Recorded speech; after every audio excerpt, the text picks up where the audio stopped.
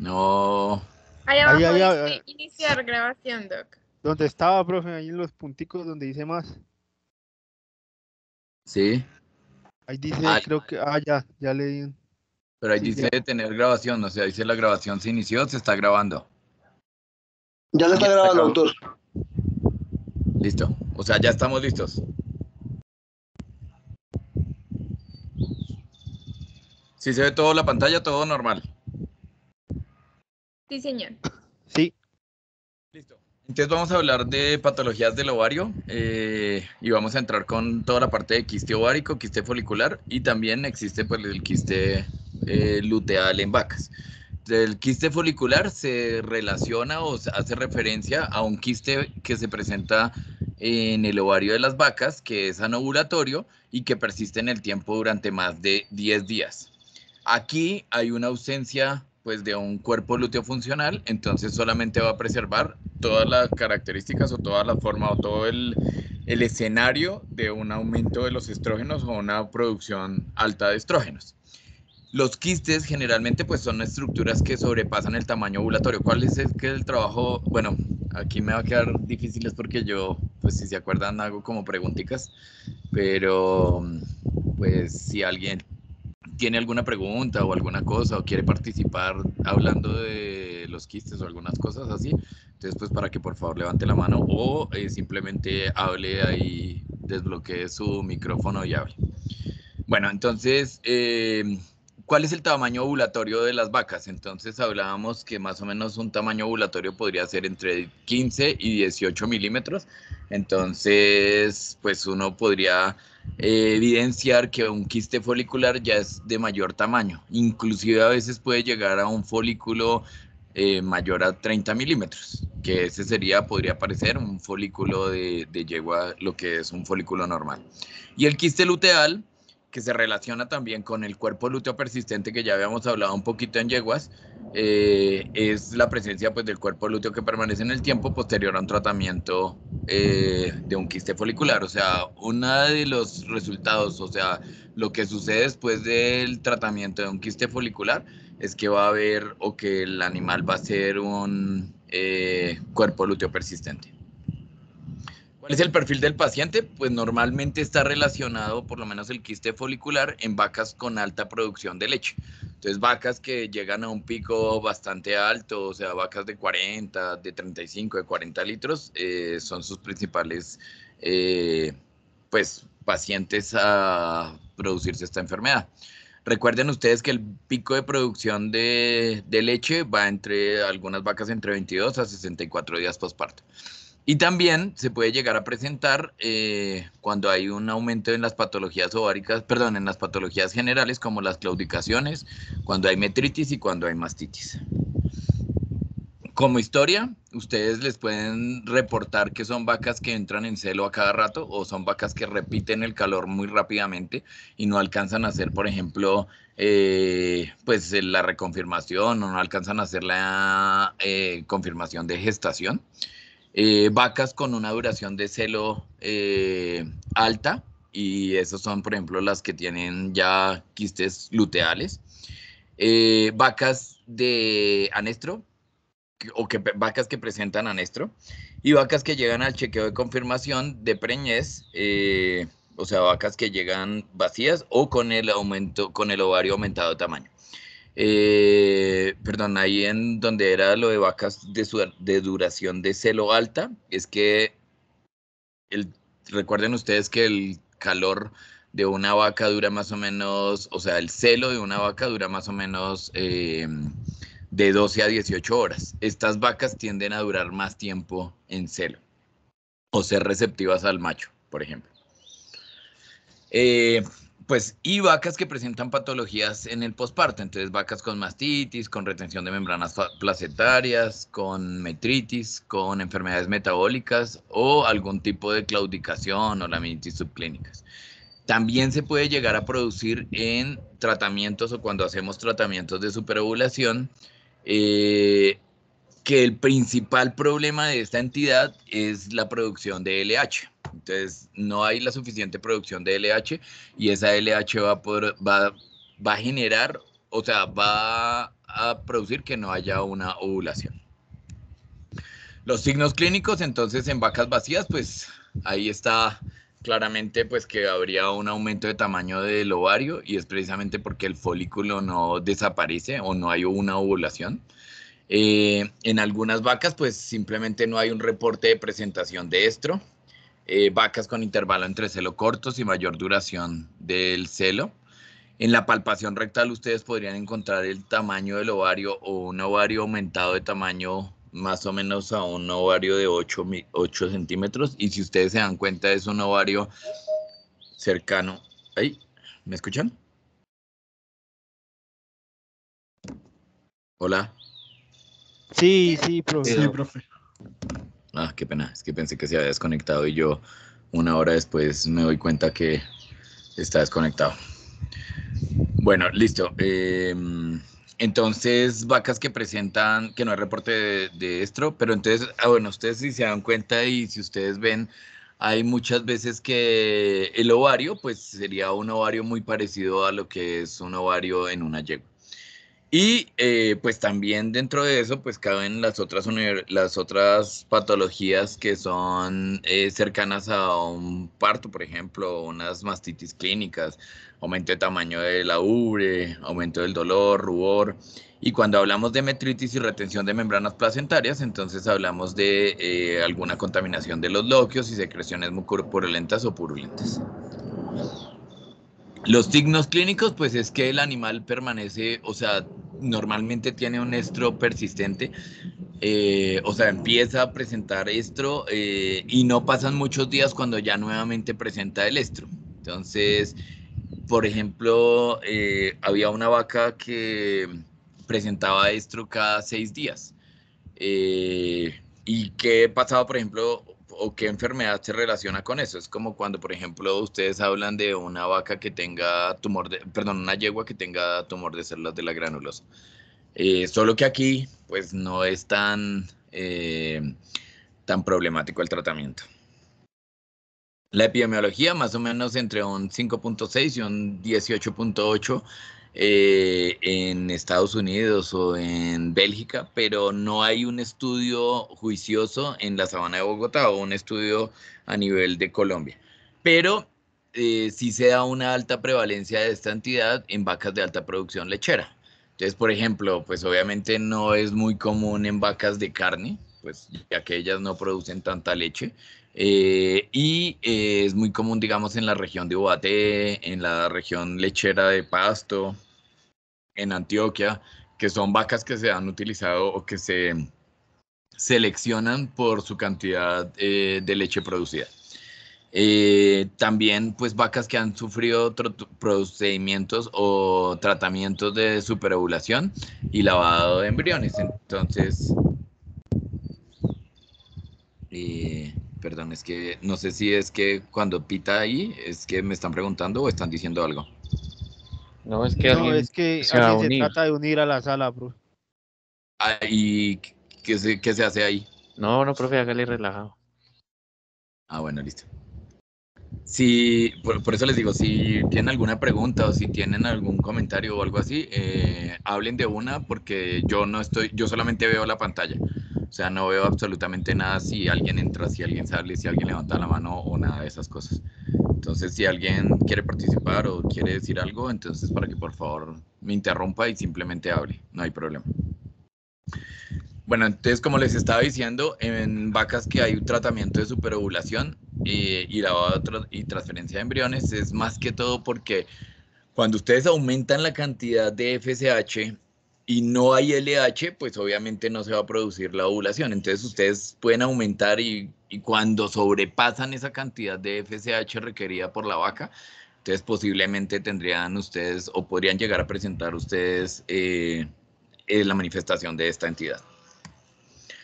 Entonces, la etiología realmente son los inadecuados niveles hormonales de hormonas gonadotrópicas, como por ejemplo la FSH. Entonces, si la FSH aumenta en pulsatilidad y en frecuencia, entonces pues, esos son los procesos, por ejemplo, de superovulación. Entonces, yo necesito aumentar la cantidad de FSH biodisponible para que los folículos que estén haciendo reclutamiento, selección y dominancia, entonces crezcan mucho más Pero entonces no solamente crezca uno, sino que crezcan varios folículos. Entonces, por eso ellos lo que buscan, o bueno, lo que uno busca es eso.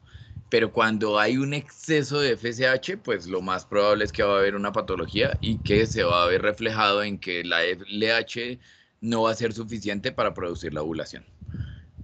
También hay una secreción pulsátil, donde no hay un pico de LH. ¿Se acuerdan que hablábamos que en vacas era un pico de LH y en yeguas hablamos del pulso de LH?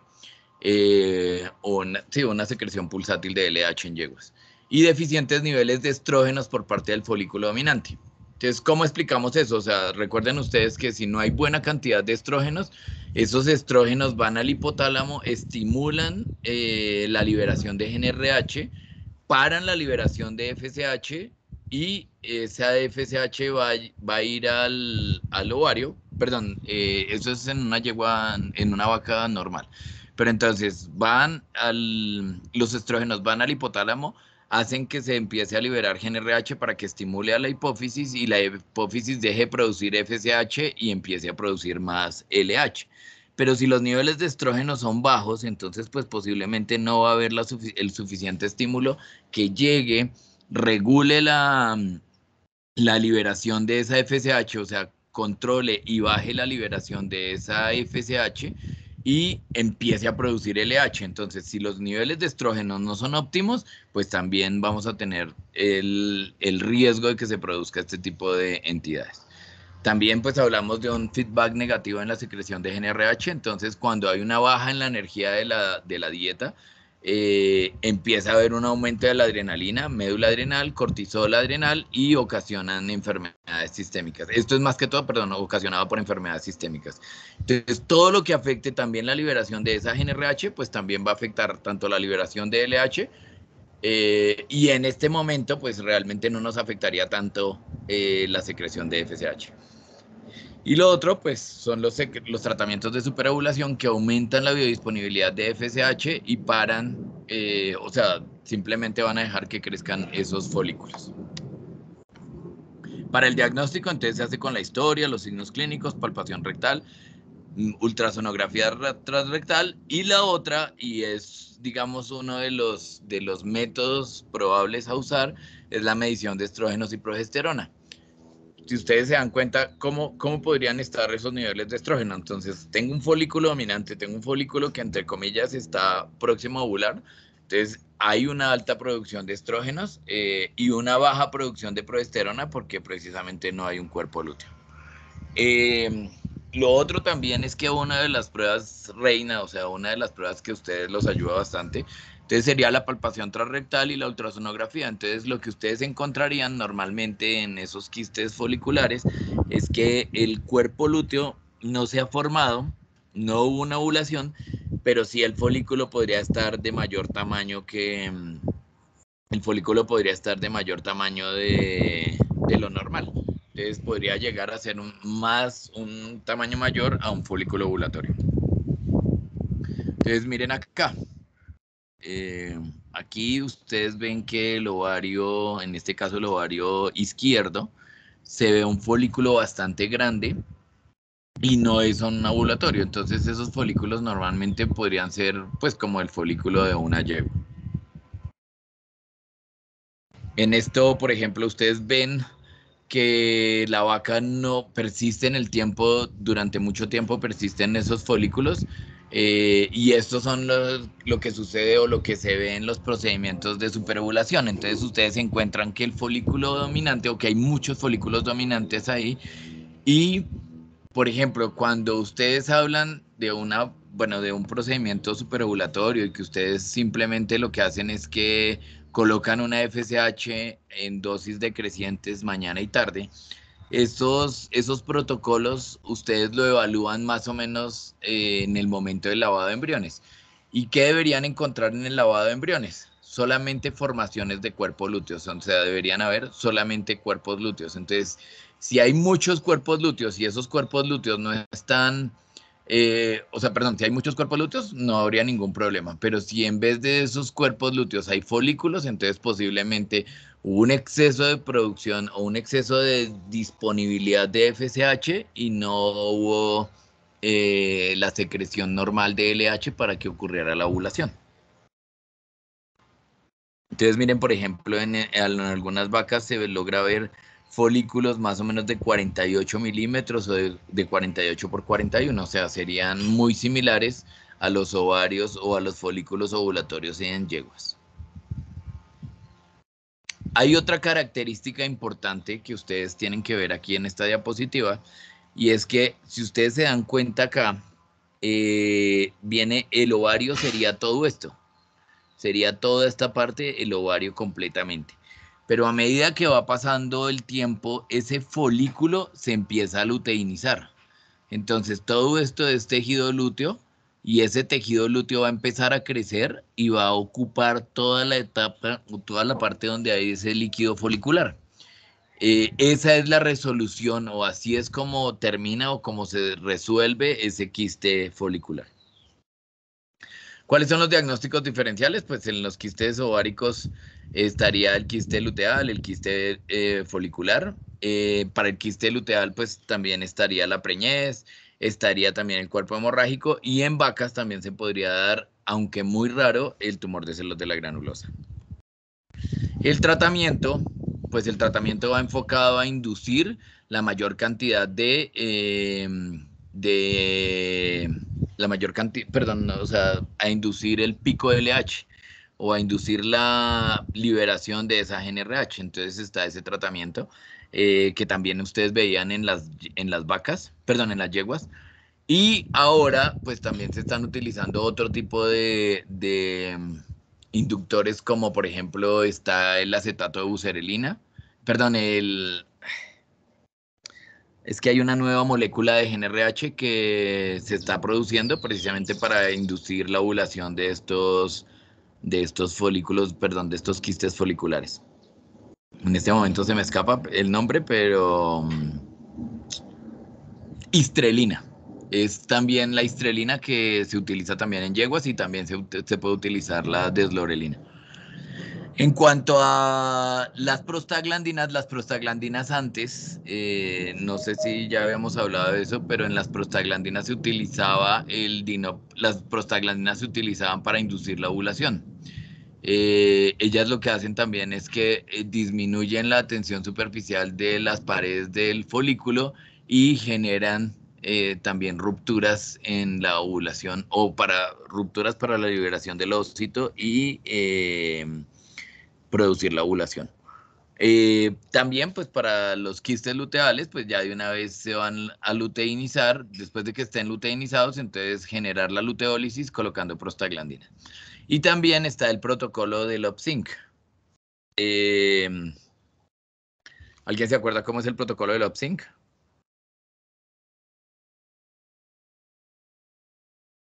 ¿Qué dice Víctor? Hijo de pucha, ¿ya se durmieron? No, profe, no, aquí estoy, sino que no me acuerdo. Hijo de madre. ¿Y qué dice Felipe? Camelo. No, profe, no me acuerdo la verdad. Hijo de madre.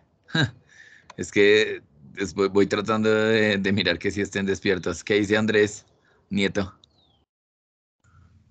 Nada, profe. ¿No dice nada? No, no me acuerdo. Hijo de madre. ¿Qué dice Natalia Santiago? Profe, ¿cuál es la pregunta? Perdón. Uy, puchas, ahí. Hace tanto tiempo que no la escuchaba por este medio. La pregunta es cómo es el OPSYNC, el tratamiento OPSYNC. ¿Natalia Santiago está? Uy, pucha, Natalia. Perdóname. Como que preciso la agarré durmiendo. ¿Lady Villate está?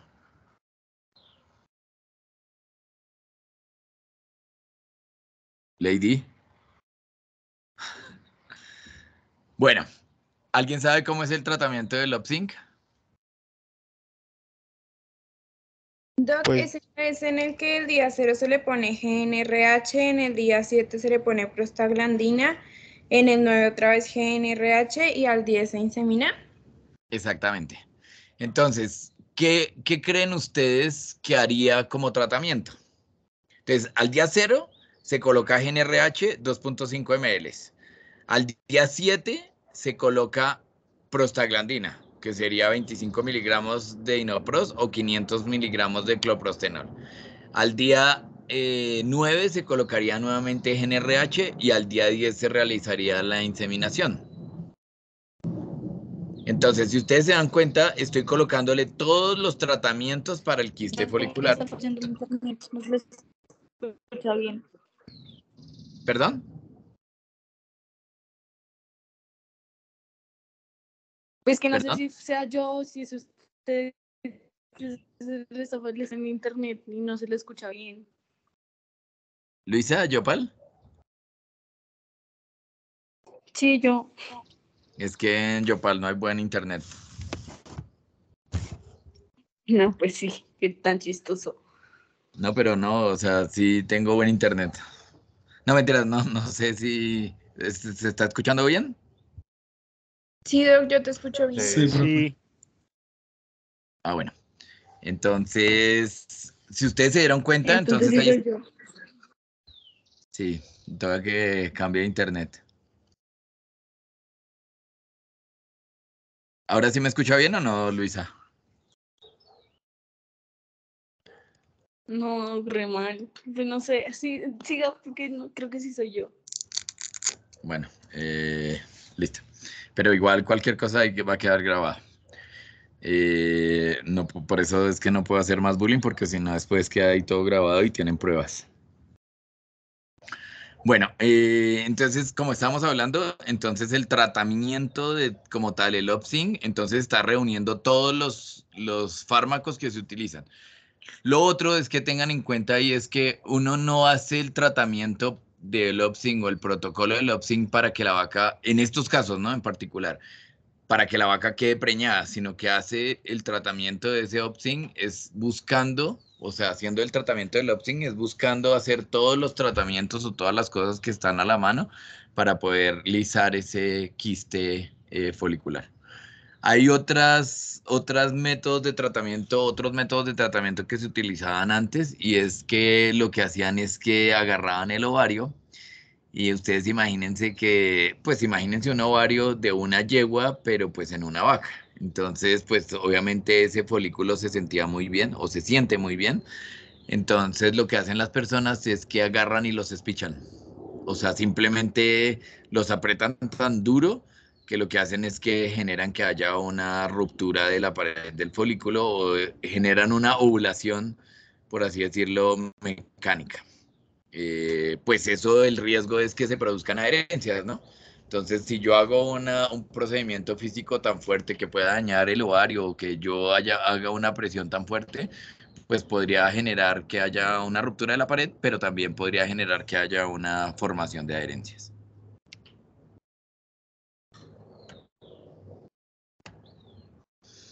Perdón.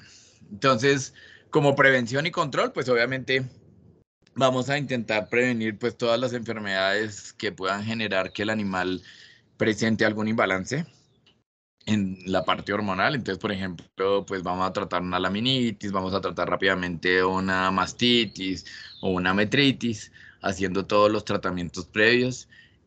También podríamos hacer el tratamiento adecuado de superovulación y es que lo que busca eso es que, por ejemplo, digamos una vaca Holstein que pesa más o menos 400 kilos, eh, esto puede hacer que, o sea,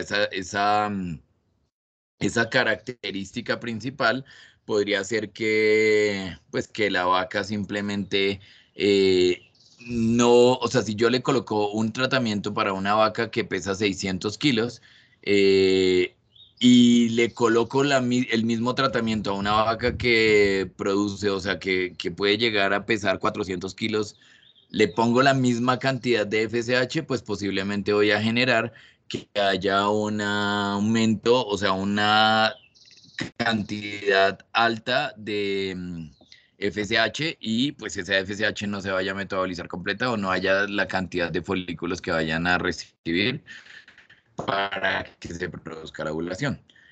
Hay una relación entre esta entidad y también un componente genético. Entonces hay vacas que simplemente tienen una mayor predisposición a que sus hijas produzcan o tengan quistes foliculares. Por otra parte, pues el manejo nutricional y es uno tener un adecuado manejo nutricional. Lo que pasa es que desafortunadamente los ganaderos o las personas que trabajan pues con los animales dicen que una vaca pues nunca debe estar gorda y si no, no es una vaca buena productora de leche. Entonces a veces escasean o a veces le restringen bastantes características nutricionales a los animales. Entonces es muy importante la parte de suplementación de energía y que tengan una buena energía para que no se produzca la disminución en esa LH.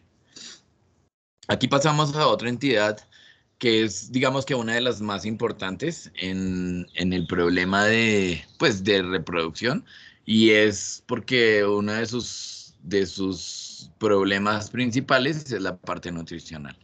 Entonces, el anestro se define como la ausencia de la manifestación de los signos de celo o de la presentación de los signos de celo. Como historia, entonces ustedes tienen vacas paridas y antes del pico de lactancia, pues tienen un balance energético negativo. Eso es lo normal. O sea, cuando una vaca ha parido empieza a producir bastantes, ¿cómo se llama? Empieza a producir bastante leche y está perdiendo energía porque no la logra suplementar o no se ha logrado suplementar de manera eficiente eso. También vacas que han presentado enfermedades metabólicas y enfermedades postparto. También hay vacas que pueden llegar a presentar parte de este anestro, o sea, cuando hay vacas que hacen una mortalidad embrionaria temprana y después, pero después de que ha surgido el reconocimiento materno. ¿Alguien me puede recordar cuándo ocurre el reconocimiento materno en vacas?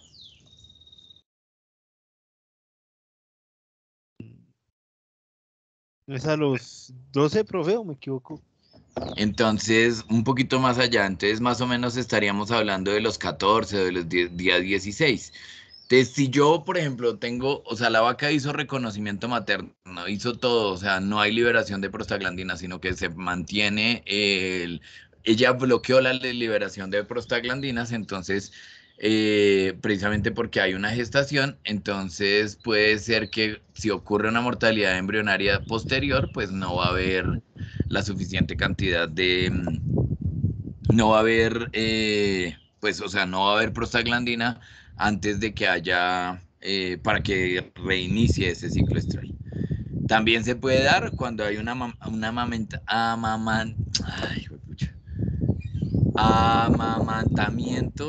permanente, o sea, cuando hay una liberación exacerbada de prolactina. ¿Alguien sabe por qué? ¿O alguien me puede decir por qué? Porque la prolactina inhibe la GnRH. Exactamente, entonces si no tengo GnRH, tengo una prolactina que no se está liberando de manera normal, pues, o sea, sí se está liberando, pero pues el hecho y la permanencia o la presencia de ese ternero ahí lactando, entonces va haciendo que la hembra no entre en celo. Entonces, los signos clínicos, ustedes hablamos de una esencia de la sintomatología de celo, que son, ¿cuáles en vacas? ¿Alguien me ayuda con las manifestaciones de signos de estro en vacas? Micciones frecuentes, montas, entre otras vacas. Micción frecuente es en yeguas. El moco, ¿no? Ese moco Vulva fluido que... edematizada. ¿Cómo, perdón? Vulva edematizada. Vulva hematizada, ¿qué más? El moco fluido que transparente. Que intenta montar las otras y cuando las montan se queda quieta. Ajá, eso se llama reflejo de permanencia. ¿Qué más?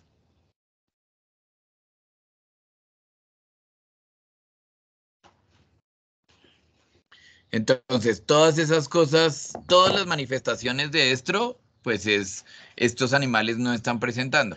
La otra cosa es que tienen que tener en cuenta ahí es que la detección de celos o la detección de calores depende mucho de los humanos, ¿no? O sea, de la observación del humano.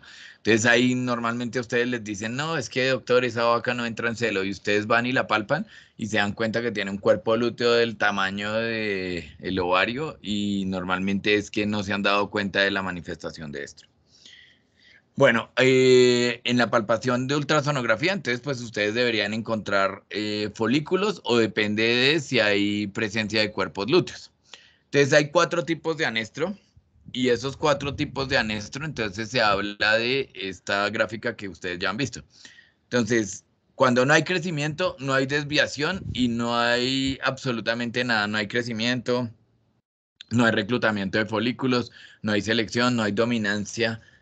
Hay una carencia, entonces hablamos de que no hay ni GnRH, no hay FSH, no hay LH, no hay ninguna hormona ahí importante. Cuando tenemos un poco de crecimiento, o sea, tenemos una parte de crecimiento, ahí ese anestro lo llamamos, perdón, el anestro tipo 1 es más relacionado con el anestro nutricional. Cuando hablamos de el anestro tipo 2, es un anestro que donde hay un leve crecimiento, pero no hay una selección ni una dominancia importante. Entonces puede ser que hay una carencia tanto de FSH como de GnRH también. Cuando hablamos del anestro tipo 3, o sea, ese anestro tipo 2 es el que llamamos un poquito más debido a la lactancia, o sea, es un anestro de tipo lactacional. El anestro tipo 3, entonces hablamos que hay crecimiento, hay reclutamiento, hay selección, hay dominancia, pero no hay ovulación.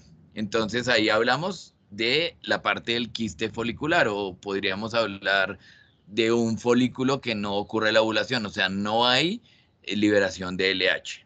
Y cuando hablamos del anestro tipo 4, entonces es que hay crecimiento, hay ovulación, hay formación del folículo dominante, pero hay algún tipo de patología que puede generar que no haya liberación de prostaglandina y se produzca un cuerpo lúteo persistente.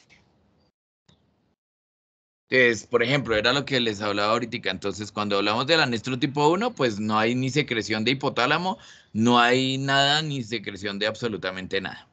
Cuando hablamos del anestro tipo 2, entonces hablamos que hay unas bajas concentraciones de GnRH, hay baja producción de FSH, por lo tanto hay también baja producción de estradiol, y por lo tanto pues no se produciría ni siquiera crecimiento del folículo, ni no llegaría a un diámetro preovulatorio, ni siquiera llegaría a la parte de ovulación. El anestro tipo 3, entonces ustedes verían que el hipotálamo sí produce GnRH, sí se produce crecimiento, reclutamiento, selección, dominancia, pero no hay una liberación, o sea, la LH no se comporta con picos, sino se termina comportando es con pulsos. Entonces ahí da lugar a hacer un quiste folicular. Y cuando hablamos del quiste, del anestro tipo 4, entonces hablamos de que no hay buena producción de estrógenos, por ejemplo, o no hay liberación, por ejemplo, de prostaglandinas. Entonces las prostaglandinas simplemente por algún tipo de enfermedad metabólica o algún tipo de enfermedad ya un poquito más regulada, o una enfermedad, perdón, una enfermedad que se dé más hacia la parte de problemas en la liberación de prostaglandinas, pues simplemente el cuerpo lúteo va a seguir persistiendo en el tiempo. ¿Cuáles son los planes diagnósticos? Y entonces dentro de eso, pues está toda la parte de la palpación. Entonces ustedes que encontrarían a la palpación de una vaca que está carente o que está perdiendo condición corporal. Entonces lo que normalmente ocurriría es que pues obviamente los folículos estarían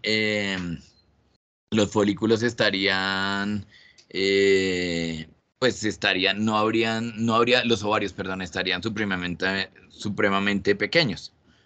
Y uno no, pues no vería ningún tipo de actividad a nivel ovárico. Entonces, normalmente el tono estaría disminuido, y uno no podría ver, no podría ver ni actividad en los ovarios ni tono en el útero como tal.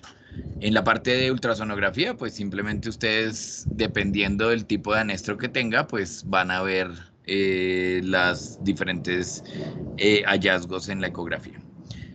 Y pues obviamente también es importante hacer un seguimiento reproductivo. A veces pasa que simplemente hizo el folículo anovulatorio o hizo un quiste folicular y simplemente lo resolvió rápidamente, pero es necesario hacer los diferentes chequeos en el tiempo. Y pues otra cosa que también se podría hacer es el perfil hormonal evaluando la liberación de progesterona. En cuanto a los planes terapéuticos, pues dependiendo de cada uno de los anestros, pues uno hablaría del balance energético negativo, o sea, mejorar el balance energético negativo y empezar a darle un buen consumo de alimento a los animales. Y controlar pues también todas esas enfermedades del puerperio y enfermedades metabólicas que puedan generar que haya pérdida de la condición corporal en el animal. En el anestro tipo 2, pues planes de sincronización que incluyan la inducción del celo y los protocolos que ayuden a toda la parte de la inseminación a tiempo fijo.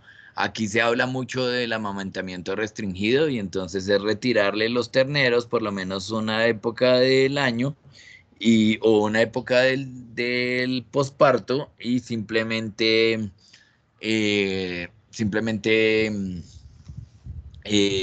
pues dejar las mamás por un lado y los terneros por otro lado, tratando de hacer que haya un aumento de GnRH y un aumento de otras hormonas. ¿Por qué creen ustedes que el amamantamiento restringido no es tan efectivo, por ejemplo, en ganaderías ganaderías de carne en Colombia o en Venezuela?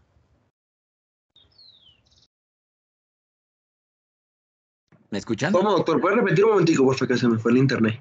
¿Que estaba durmiendo? Jamás ni nunca, profe.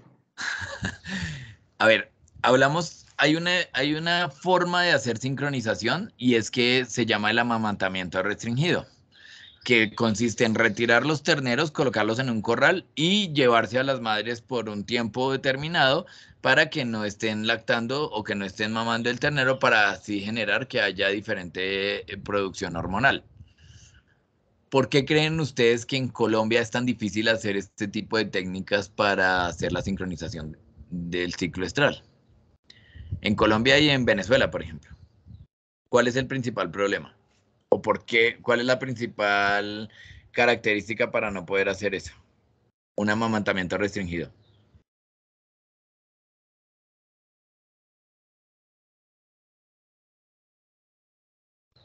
¿Me escuchan?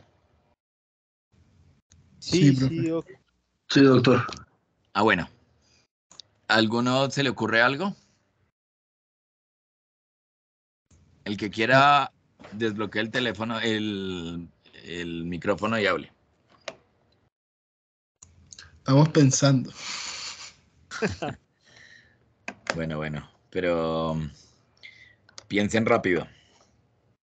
No, o sea, realmente es que eso es una situación aquí en Colombia que es diferente, pues por diferentes cosas, pero realmente tiene que ver con que si ustedes le retiran, bueno, ¿cómo se produce el secado de cualquier especie? O sea, ¿por qué dejan de producir leche los animales? En el destete, ¿no? Porque deja de haber un estímulo. de Deja de mamar, haber el reflejo, ese reflejo cuando mamas y todo. Reflejo de Exactamente. ¿No es succión. algo con bajan los niveles de oxitocina, profe? Entonces, todas esas cosas que ustedes están diciendo es que por eso es que se produce el secado. O sea, puede estar llena, completamente llena la ubre, pero si no hay estímulo de ordeñe, empieza a disminuir la producción de leche. ¿Qué pasa Doctor, con nuestras además, vacas? creo Sí, que es que cuando la ubre pues se llena de leche, entonces ya la prolactina deja de estar en el cuerpo, pues de funcionar y ahí es donde ya viene pues la GnRH, ¿no? sí, pues realmente es que, bueno, eso es lo que uno busca. Pero ¿cuál es el principal problema? Pues sí, la leche se deja de producir, o sea, lo más importante ahí es que se llegue a secar, digamos, por ejemplo, la vaca. O sea, el mejor escenario es que haya o sea, que la vaca como tal se seque y simplemente yo le voy a seguir produciendo, o sea, va a seguir produciendo otras hormonas para que entre en celo sin ningún problema. ¿Cuál es el principal problema o sea, cuál es el principal problema en estas vacas? En las vacas de carne, el principal problema es que usted desteta a una vaca por lo menos por 24 horas y ya ella, como produce tan poca leche para el ternero, entonces deja de producir leche y simplemente no va a haber producción normal. No va a haber producción normal, entonces por eso simplemente ustedes hacen un destete restringido, hacen un destete provisional y no les va a servir para absolutamente, o sea, no va a ser un destete provisional, sino que va a terminar siendo un destete completo porque las vacas se van a secar completamente, o sea, no van a producir leche. O sea, si yo hago un amamantamiento restringido, voy a terminar haciendo un destete precoz porque los terneros ya cuando vayan a estimular la producción de leche de esas vacas, pues ya las vacas ya ni siquiera están produciendo leche. ¿Sí es claro? Sí, Doc, pero que hay un Sí. máximo de que 24 horas o ya con 12 ya, pues, Sí, realmente máximo 24 horas. O sea, con 12 baja bastante el estímulo, pero es que un destete de 12 horas no hace absolutamente nada. Sí, sí, es claro. O sea, ustedes realmente uno tendría que hacer un destete más o menos de 24, 48 horas para que haya un efecto sobre la producción de hormonal y que el animal salga del anestro. Entonces, por eso realmente no hay posibilidades. O sea, el destete aquí, si se hace un destete así, tenemos que hacer es un destete completo. ¿Sí es claro? sí, Doc, Sí, o sea, si señor. se apartan los terneros toca, por lo menos en las de carne, que no supere pues el día, ¿cierto? Sí, la cuestión es que o sea, lo que le digo, o sea, el problema de las vacas es que tampoco es que ellas produzcan mucha leche, o sea, nuestras vacas de carne tampoco es que sean las vacas más productoras, entonces si se destetan mucho tiempo, pues corren el riesgo de que se sequen completamente. Y si no se destetan bastante, pues si no hay un destete de buen tiempo, pues posiblemente lo que va a ocurrir es que no va a haber pues no va a haber una sincronización como tal y entonces vamos a perder el tiempo de hacer un buen destete. Por otro lado, pues está el tratamiento del tipo 3 y el tipo 4, pues ustedes estaría, por ejemplo, los inductores de la ovulación o los medicamentos que inducirían la luteólisis. Y en el tipo 4, pues obviamente es el tratamiento de la enfermedad primaria. También en vacas se puede producir la oforitis que habíamos visto en yeguas y es exactamente lo mismo y el mismo problema, o sea, se da por el mismo problema que se da en yeguas. Entonces, bien sea ascendente por el oviducto y el endometrio uterino que haya una endometritis, pero también es por una aspiración folicular. Entonces, vacas que son muy buenas pueden llegar a tener problemas con la aspiración folicular. Y ahí están las dosis de enrofloxacina y las dosis de sulfatrimetropina. Bueno, en el oviducto de las vacas también se puede producir la salpingitis y lo que está relacionado pues es en la inflamación del oviducto originado principalmente por la presencia de patógenos.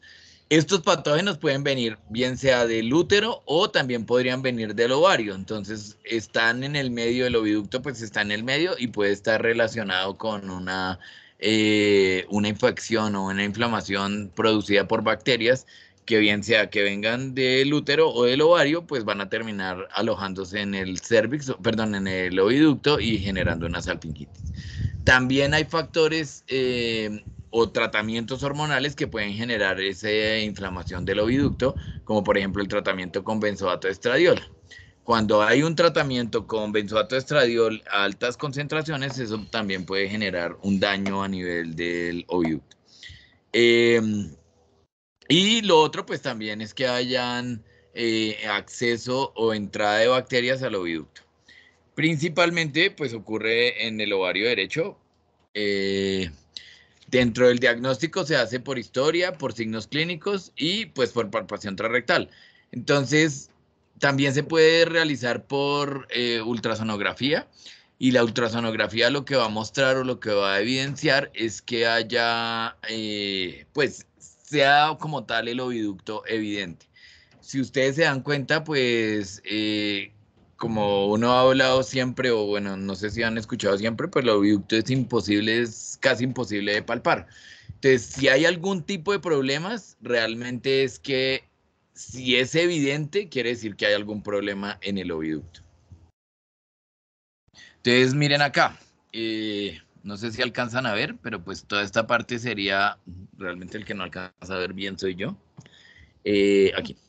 Entonces, toda esta parte sería, pues miren aquí los cuernos uterinos, este es el ovario y toda esta parte es el oviducto. Entonces, todo esto pues puede generarse una salpingitis muy severa y pues generar que haya una infertilidad en la vaca. El tratamiento, pues realmente el tratamiento es muy difícil. Y lo único que uno podría llegar a proponer, pues es un tratamiento quirúrgico donde incluye la oforectomía, o sea, retirar el ovario. Pero si ustedes se dan cuenta, pues en el ovario... Ay, perdón, un momentico. Pero si ustedes se dan cuenta, pues si es una vaca que es muy buena o es una vaca reproductivamente hablando o productivamente hablando es muy buena, entonces uno pues sí serviría hacerle tratamientos superovulatorios, pero si la vaca no es tan buena, pues simplemente lo que hace uno es el descarte del animal y se va para matadero. La mayoría de estas patologías se encuentran, o sea, de esta patología como tal, se encuentran en vacas en el matadero. O sea, que uno realmente se la encuentra incidentalmente ahí y pues es una de las razones por las cuales el animal o la vaca no preñaba. En ovinos y caprinos vamos a tratar de una vez algunas patologías y entonces, por ejemplo, hablamos del quiste o los quistes ováricos y también están relacionados, a diferencia de las vacas, es con los tratamientos superovulatorios, que también en las vacas, pero también con el alimento o el consumo de alimentos contaminados con cearalenón. Bueno, esa micotoxina producida pues por hongos y la alimentación de trébol blanco, que es el Trifolium repens. ¿Alguien sabe por qué ese trébol podría llegar a producir algún problema en ovinos y caprinos? ¿Y si lo podría producir en otras especies?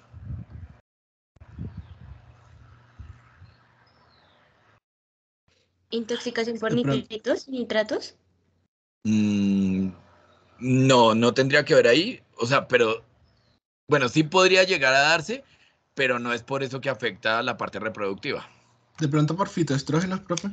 Exactamente. El problema principal es que el trébol blanco es el principal productor de fitoestrógenos.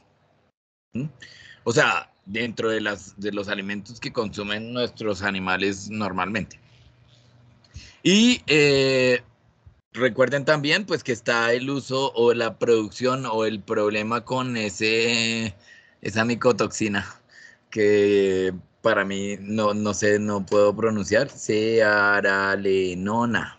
La cearalenona, pues que también va a producir en efecto sobre los estrógenos también.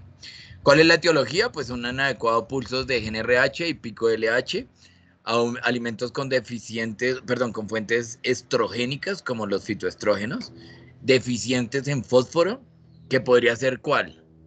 ¿Qué medicamento o qué alimento podría tener deficiencias en fósforo? ¿Alguien sabe? Los principales deficientes o los principales problemas, digamos que por ejemplo en muchas pasturas que generan una deficiencia de fósforo, son los pastos, digamos, muy hechos, o sea, pastos muy maduros, pueden llegar a generar eso. Entonces, también aquí hablamos de los tratamientos de superovulación y como ahora ya se hacen un poquito más de tratamientos superovulatorios en ovejas y también el uso de la ESG. ¿Alguien se acuerda qué hace la ESG y qué es la ESG?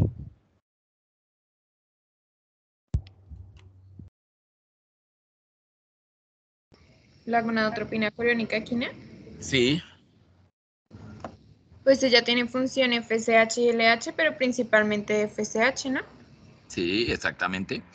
Entonces, como esa función FSH, o sea, también se puede utilizar para generar un estímulo o una superovulación. El problema es que, pues, como no se tiene claro exactamente qué proporción o qué porcentaje es FSH o qué porcentaje es LH, entonces también eso puede generar un aumento de esa SG y producir un estímulo sobre los folículos y generar que haya muchos folículos, que haya una resistencia, perdón, que haya un reclutamiento, una selección y una dominancia muy alta y se produzca la persistencia en el tiempo de esos folículos. La descripción, pues no hay signos clínicos, o sea, los signos clínicos no son tan evidentes en las ovejas, pero sí se podría llegar a ver pues problemas en ninfomanía, duración de estro altas y un intervalo entre celos cortos, que también veíamos en los bovinos. En las ovejas, pues recuerden ustedes, ¿alguien sabe cómo se ven los celos o cómo se evidencia el celo en una oveja?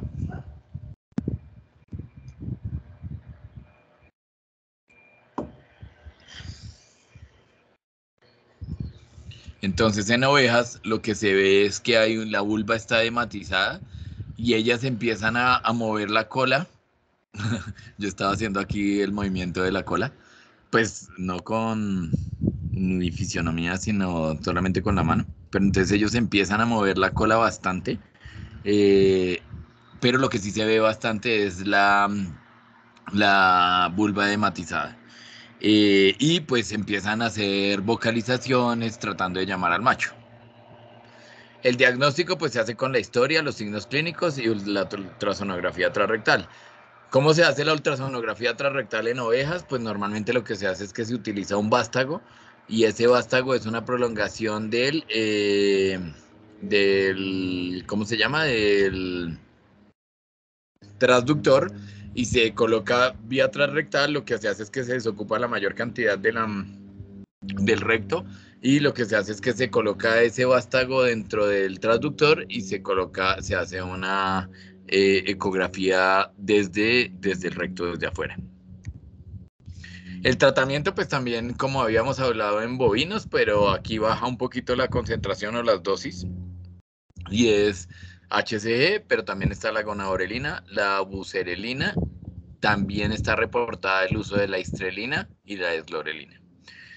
Como prevención, pues la idea es que durante el servicio, durante la etapa del celo, pues uno podría colocar estos inductores de la ovulación.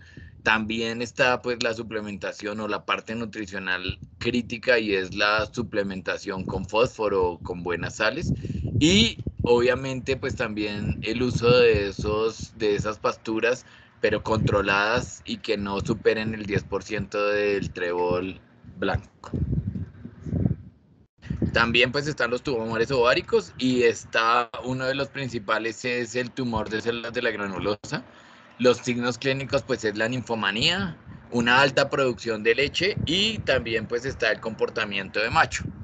Los planes diagnósticos pues está la ultrasonografía. Esta enfermedad pues acuérdense que ya la habíamos visto en